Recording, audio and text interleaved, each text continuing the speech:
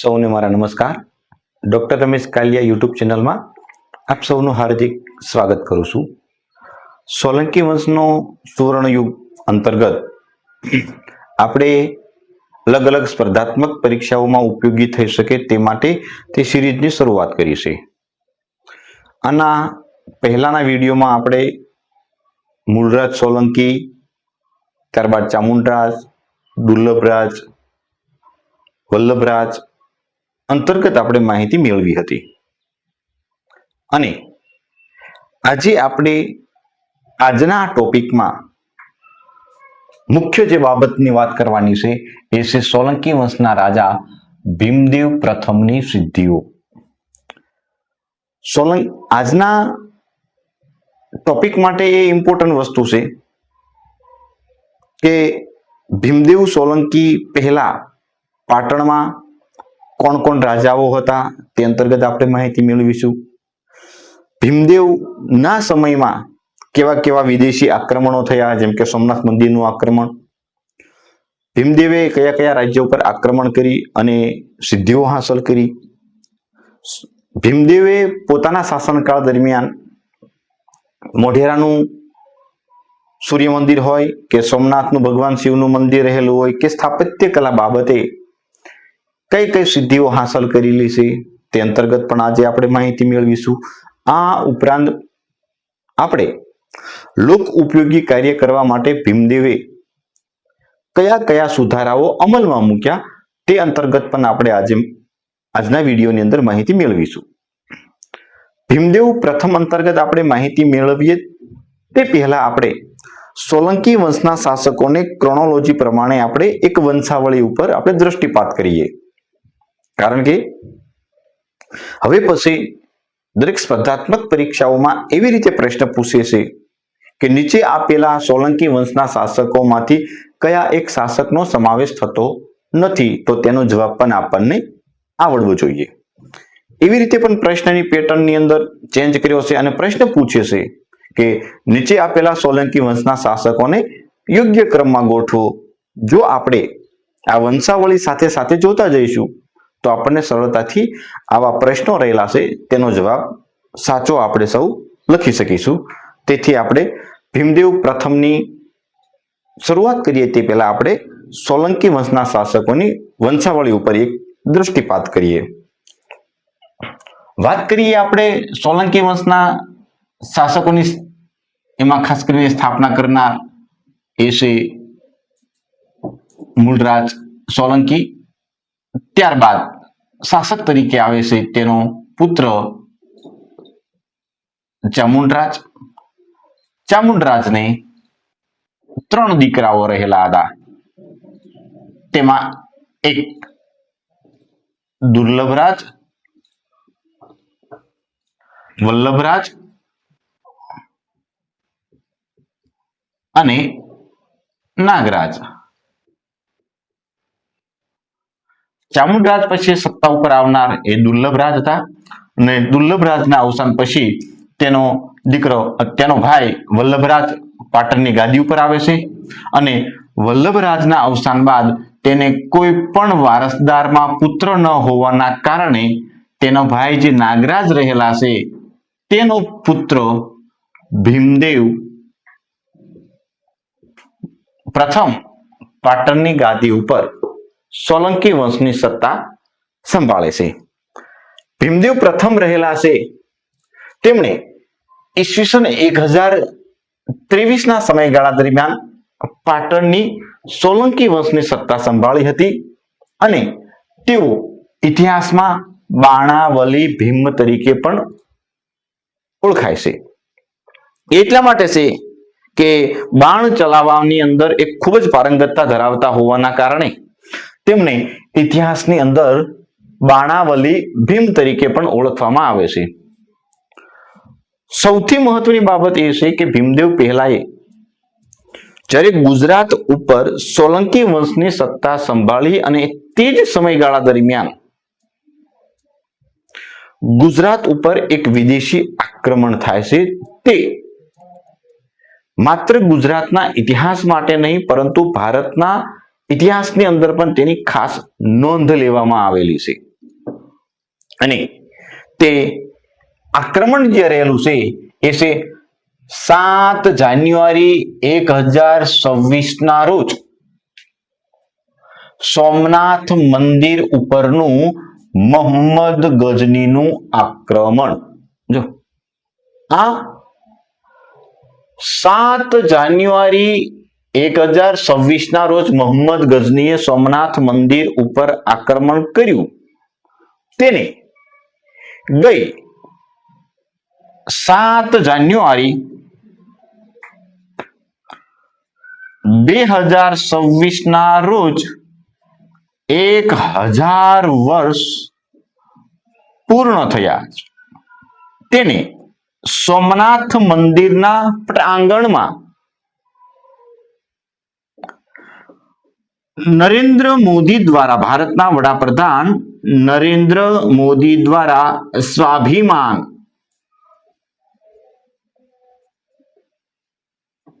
પર્વની ધામધૂમથી ઉજવણી કરવામાં આવી હતી. હવે આ મોહમ્મદ ગઝની રહેલો છે તે ગઝની પ્રાંતનો તે સુલતાન હતો અને તેણે સોમનાથ મંદિરની જાહોજલાલી, તેની સંપત્તિ, સોનાથી મઢાયેલા બારણા અને વિવિધ વસ્તુઓની જે સંપત્તિ, હીરા, માણેક, સોનું, ચાંદી, તે ભરપૂર સમૃદ્ધિ રહેલી હતી, તેનેથી આકર્ષિત થઈ અને સોમનાથ મંદિરને લૂંટવા માટે ગઝનીથી તે વિશાળ લશ્કર સાથે, એટલે કે 50,000ના વિશાળ લશ્કર સાથે તે સોમનાથ મંદિર ઉપર આક્રમણ કરવા માટે ભારત અને ગુજરાતની ઉપર તે ચડી આવે છે. હવે તે મોહમ્મદ ગઝની રહેલા છે, જ્યારે તેને સોમનાથ મંદિર ઉપર આક્રમણ કરવાની પૂર્વ તૈયારી કરી અને એ સમાચાર જ્યારે ભીમદેવ પ્રથમને મળ્યા ત્યારે તેઓ કંથકોટ કિલ્લામાં જે કચ્છમાં આવેલું છે ત્યાં તેમણે આશ્રય લીધો હતો. અને આ મોહમ્મદ ગઝની વિશાળ લશ્કર સાથે આવી રહ્યા છે ત્યારે પોતાની સલામતી માટે કચ્છમાં આવેલું કંથકોટ નામનો જે કિલ્લો રહેલો છે તે કિલ્લાની અંદર તેમણે પોતાની સલામતી માટે ત્યાં આશ્રય લીધો હતો. હવે એવી પણ ઇતિહાસની અંદર જે નોંધ કરવામાં આવી છે કે વિશાળ લશ્કર સાથે જ્યારે મોહમ્મદ ગઝની સોમનાથ મંદિર આવે છે ત્યારે એ મંદિરના રક્ષણ માટે હમીરજી ગોહિલ અને વીર વેગડા ભીલ કે કોળી જે રહેલા છે તેમણે શહાદત વહોરી હતી. આ હમીરજી ગોહિલ રહેલા છે તેઓ લાઠીના રાજવી રહેલા હતા. ક્યાંના રાજવી રહેલા હતા? તો કે લાઠીના રાજવી રહેલા હતા. અને તેના જ સાથી મિત્ર જે વીર વેગડા ભીલ કે વીર વેગડા કોળી રહેલા છે તેમણે પણ સોમનાથ મંદિરનું રક્ષણ કરવા માટે શહાદત વહોરી હતી. આ ઉપરાંત સનાતન ધર્મના અનેક લોકોએ પણ સોમનાથ મંદિરનું રક્ષણ કરવા માટે તેમણે શહાદત વહોરેલી હતી. સૌથી ઇમ્પોર્ટન્ટ વસ્તુ એ રહેલી છે કે સોમનાથ મંદિર ઉપર જે આક્રમણ કરવામાં આવ્યું તે અંતર્ગત આરબ મુસાફર અલબેરુની રહેલા છે તેના દ્વારા લખાયેલ કિતાબ ઉલ હિન્દ નામના પુસ્તકની અંદર આનો ઉલ્લેખ કરવામાં આવેલો છે. અને આ પુસ્તક રહેલું છે તે આરબ ભાષામાં લખાયેલું છે. આ પુસ્તક જે રહેલું છે તે કઈ ભાષામાં લખાયેલું છે? તો કે આરબ ભાષાની અંદર આ બુક જે રહેલી છે તેનો આ લેખન થયેલું આપણને જોવા મળે છે. સૌથી ઇમ્પોર્ટન્ટ વસ્તુ એ રહેલી છે કે મુસ્લિમ તારીખો રહેલા છે તેની અંદર એવી નોંધ કરવામાં આવેલી છે કે આ સોમનાથ મંદિરનું જે શિવલિંગ રહેલું છે તે 6 ફૂટ જમીન ઉપર અને 9 ફૂટ જમીનની અંદર રહેલું. તો એવડી મોટી શિવલિંગ હતી. આ સોમનાથ મંદિર જે રહેલું છે તેનું શિવલિંગ જે રહેલું છે તે 6 ફૂટ જમીનમાં હતું, ઉપર હતું અને 9 ફૂટ જમીનની અંદર હતી. આવડી મોટી વિશાળ શિવલિંગ રહેલું હતું. આ સોમનાથ જે રહેલું છે તે સનાતન ધર્મના 12 જ્યોતિર્લિંગ રહેલા છે. તેમાં પ્રથમ જ્યોતિર્લિંગ એ સોમનાથનું જ્યોતિર્લિંગ ગણવામાં આવે છે. સાથે સાથે આપણે એ પણ નોંધ કરીએ કે ભારત દેશની અંદર જે 12 જ્યોતિર્લિંગો રહેલા છે તેમાંના 2 જ્યોતિર્લિંગ તે ગુજરાતની અંદર આવેલા છે. એમાં એક પ્રથમ એ સોમનાથનું જ્યોતિર્લિંગ અને બીજું રહેલું છે એ છે નાગેશ્વર, જે દેવભૂમિ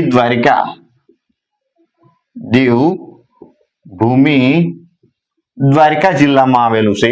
જ્યારે આ સોમનાથ રહેલું છે તે સોમનાથ ગીર સોમનાથ જિલ્લામાં આવેલું છે. આજે ગીર સોમનાથ જિલ્લામાં આવેલું છે. એટલે મોહમ્મદ ગઝનીએ સોમનાથ મંદિર ઉપર આક્રમણ કર્યું અને એ આક્રમણ કર્યું તે માત્ર ગુજરાતના ઇતિહાસમાં જ નહીં પરંતુ ભારતના ઇતિહાસની અંદર પણ તેની ખાસ નોંધ કરવામાં આવેલી છે. આ ઉપરાંત મુસ્લિમ તારીખોની અંદર મોહમ્મદ ગઝની રહેલા છે તેને મૂર્તિ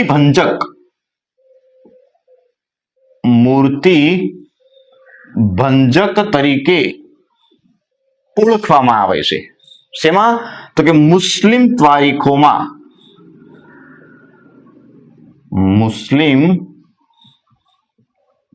તારીખોની અંદર મોહમ્મદ ગઝનીને મૂર્તિ ભંજક તરીકે ઓળખવામાં આવે છે. તેમાં એવો ઉલ્લેખ કરવામાં આવ્યો છે કે મોહમ્મદ ગઝનીએ સોમનાથ મંદિર ઉપર આક્રમણ કર્યું, લૂંટ્યું અને એ જે શિવલિંગ રહેલું હતું એના 2 ટુકડાઓ કર્યા હતા. એક ટુકડો રહેલો છે એ પોતાની સાથે ગઝની લઈ જવા માટે તેને પૂરેપૂરો એક ટુકડો લશ્કરને સોંપી દીધો હતો. બીજો એક ટુકડો રહેલો છે તે ભારત દેશની અલગ અલગ મસ્જિદોની અંદર અને મક્કા તથા મદીના રહેલું છે ઇસ્લામ ધર્મના પવિત્ર સ્થળો ત્યાં પણ બી એના અમુક ટુકડાઓ લઈ જવા માટે તેણે પોતાના લશ્કરને સૂચનાઓ આપી હતી. હવે બન્યું એવું કે એ સમયગાળા દરમિયાન જ્યારે શિવલિંગના તોડી અને જે મુખ્ય 2 અને અનેક જ્યારે ભાગલાઓ પાડવામાં આવ્યા, જ્યારે સોમનાથના પૂજારીઓ દ્વારા વિનંતી કરવામાં આવી કે સોમનાથ મંદિરમાં રહેલી મૂર્તિઓ રહેલી છે તમે લૂંટતા નહીં અને તમે જે માગો એટલી કિંમત અમે ચૂકવવા માટે તૈયાર છીએ. પરિણામ સ્વરૂપે મોહમ્મદ ગઝની રહેલો છે તે પોતે સોનું, ચાંદી, ઝવેરાત કે કિંમતી વસ્તુઓ લેવા માટે તે આકર્ષિત થયો અને ત્યારબાદ તેણે ક્યારેય એ મૂર્તિઓ તોડી નથી, પરંતુ તેણે એટલી શરત મૂકી કે જો હું તમારી આ માંગને પૂર્ણ કરું તો તમે મને કાયમની માટે ઇતિહાસની અંદર મૂર્તિ ભંજક તરીકે ઓળખાવજો, પરંતુ ક્યારેય મૂર્તિ વેચનાર તરીકે ઓળખાવતા નહીં. આ એને મોટામાં મોટી શરત મૂકેલી હતી અને પરિણામે એ સોમનાથ મંદિર લૂંટ્યા બાદ મોહમ્મદ ગઝની મૂર્તિ ભંજક તરીકે ઇતિહાસની અંદર એ ઓળખાય છે. અને આમ ભીમદેવ પ્રથમના સમયગાળા દરમિયાન સૌથી મોટી જો કોઈ આપત્તિ હોય તો તે હતું મોહમ્મદ ગઝનીના સોમનાથ મંદિર ઉપરનું આક્રમણ. ત્યારબાદ આપણે એની જે સિદ્ધિઓ રહેલી તેમાં આગળ આપણે જોઈએ તો કે સિંધ ઉપર આક્રમણ કર્યું. હવે સૌથી ઇમ્પોર્ટન્ટ વસ્તુ એ રહેલું હતું કે સિંધ ઉપર આક્રમણ કરવા માટે સિંધનો જે પ્રાંત રહેલો હતો તેની 5 નદીઓ ઓળંગવાની હતી. તેની 5 નદીઓ ઓળંગવાની હતી અને એ સમયગાળા દરમિયાન સિંધ પ્રાંતના રાજા હમુકનું શાસન રહેલું હતું.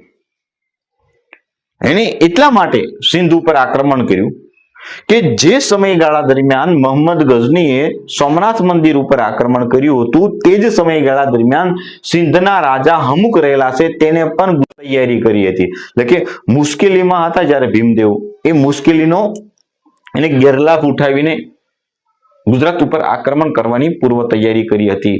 પરંતુ મોહમ્મદ ગઝની જ્યારે સોમનાથ મંદિર લૂંટી અને જ્યારે પોતાના વતન જ્યારે પરત ફરે છે ત્યારબાદ લશ્કરની પૂર્વ તૈયારી સાથે સિંધ પ્રાંત ઉપર ભીમદેવ રહેલા છે તે આક્રમણ કરે છે અને 5 નદીઓને ઓળંગવા માટે ભીમદેવ પ્રથમે આ નદીઓ ઉપર લાકડાનો એક મોટો પુલ બનાવ્યો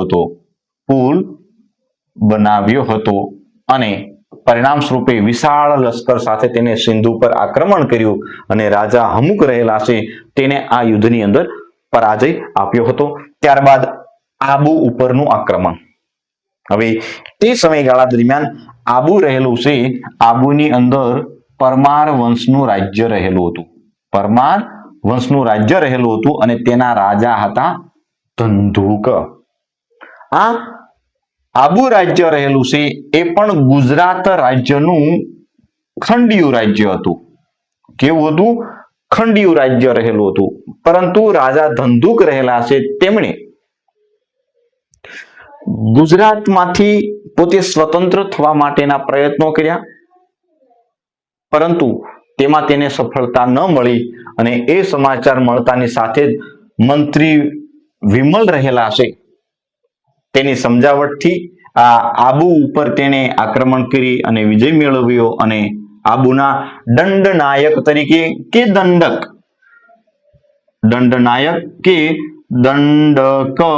તરીકે તેની નિયુક્તિ કરવામાં આવી છે અને ત્યાં વિમલ મંત્રી રહેલા છે તેમણે આદિનાથનું દેરાસર જૈન ધર્મના પ્રથમ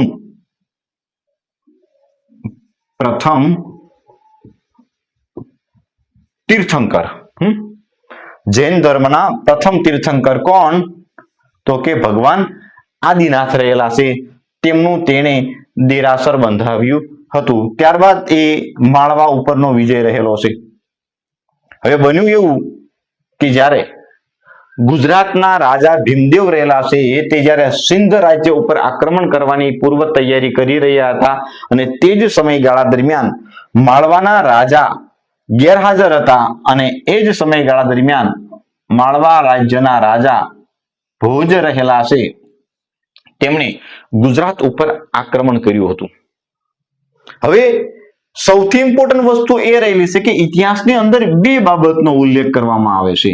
તેમાં એક, ભીમદેવ રહેલા છે તેઓ ગુજરાત રાજ્યની અંદર ગેરહાજર હતા અને તેનો લાભ લઈને માળવાના રાજા ભીમદેવે ગુજરાત ઉપર આક્રમણ કર્યું હતું.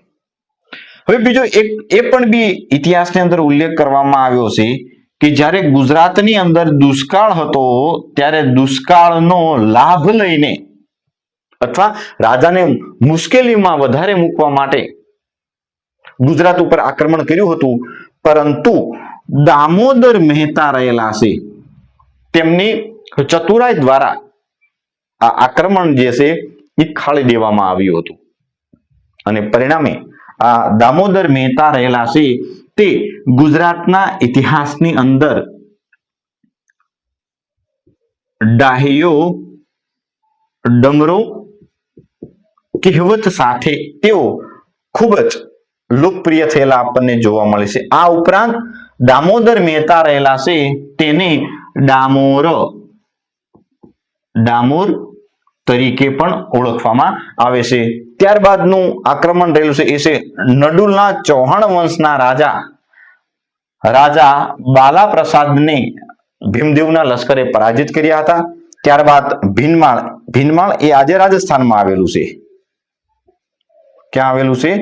રાજસ્થાનમાં આવેલું છે અને તે મારવાડ તરીકે પણ ઓળખાય છે. એટલે કે ભીનમાળના રાજા કૃષ્ણદેવરાય રહેલા છે તેની સામે પણ ભીમદેવ પહેલાનો વિજય થયો હતો.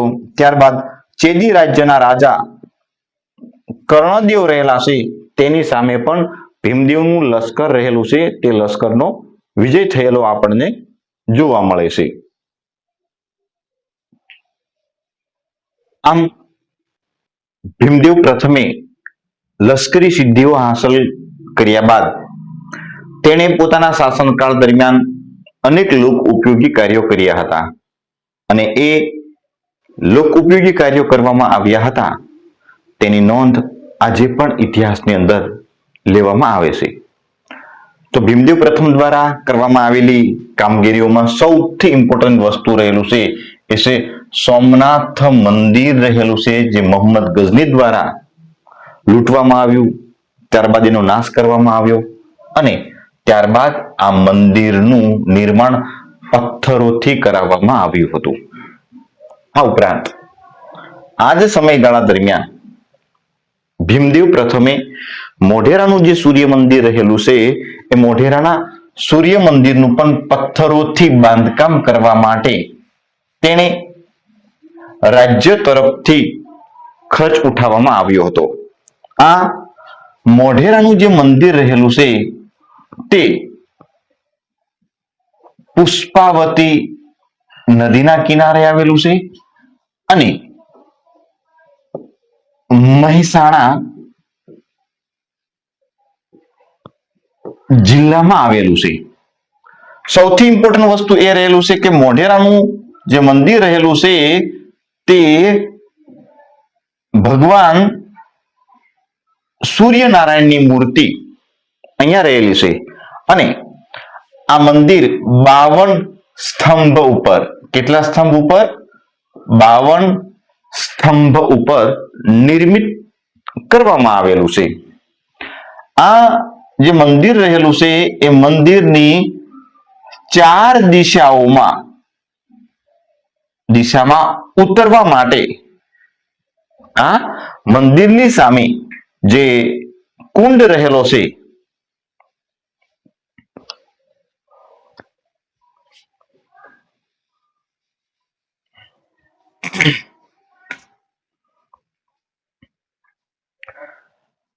આ મંદિરની સામે જે કુંડ રહેલો છે તે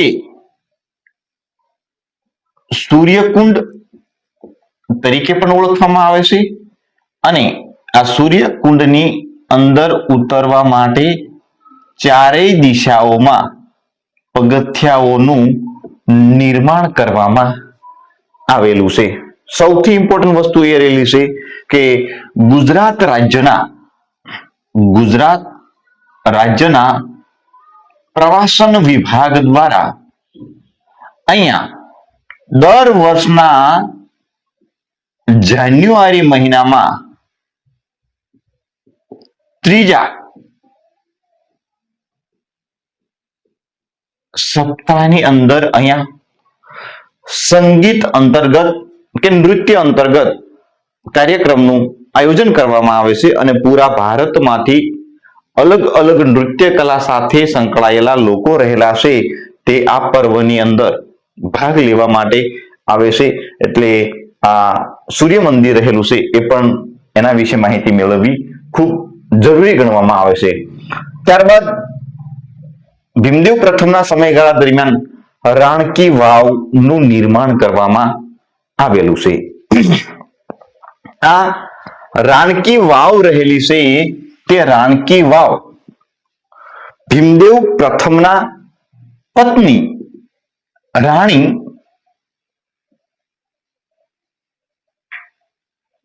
ઉદયમતીના પ્રોત્સાહન દ્વારા તેનું નિર્માણ કરવામાં આવ્યું છે અને આ રાણકી વાવ રહેલું છે તે પાટણમાં આવેલી છે. આ રાણકી વાવ રહેલી છે તે ક્યાં આવેલી છે? પાટણમાં આવેલી છે. જો કે બધાને ખબર જ હોય છતાં પણ બી આ ટોપિક મૂકવો એ ખૂબ ઇમ્પોર્ટન્ટ ગણવામાં આવે છે. સૌથી ઇમ્પોર્ટન્ટ વસ્તુ એ રહેલી છે કે પાટણ સોલંકીઓની જે રાજધાની રહેલી હતી તેને મુસ્લિમ તારીખોમાં મુસ્લિમ તવારીખોમાં તેને નહરવાલા તરીકે ઉલ્લેખ કરવામાં આવ્યો છે. કોનો? તો કે પાટણ તવારીખોની અંદર તેનો નહરવાલા તરીકે ઉલ્લેખ કરવામાં આવેલો છે. ખૂબ ઇમ્પોર્ટન્ટ વસ્તુ રહેલી છે. ગમે ત્યારે જીપીએસસી આયોગ દ્વારા કે જીસીટ ની અંદર ડીપમાં જઈને પણ આવા પ્રશ્નો પૂછી શકે છે. પરંતુ આ રાણકી વાવ અંતર્ગત મેં આ જ યુટ્યુબ ની અંદર વિડીયો અપલોડ કરેલો છે અને પ્લે લિસ્ટમાં જઈને પણ તમે ખૂબ ડીપમાંથી મેં ચર્ચાઓ કરેલી છે. ખૂબ એટલે ખૂબ ડીપમાંથી, એટલે વધારે ચર્ચા આપણે અહીંયા નથી કરતા.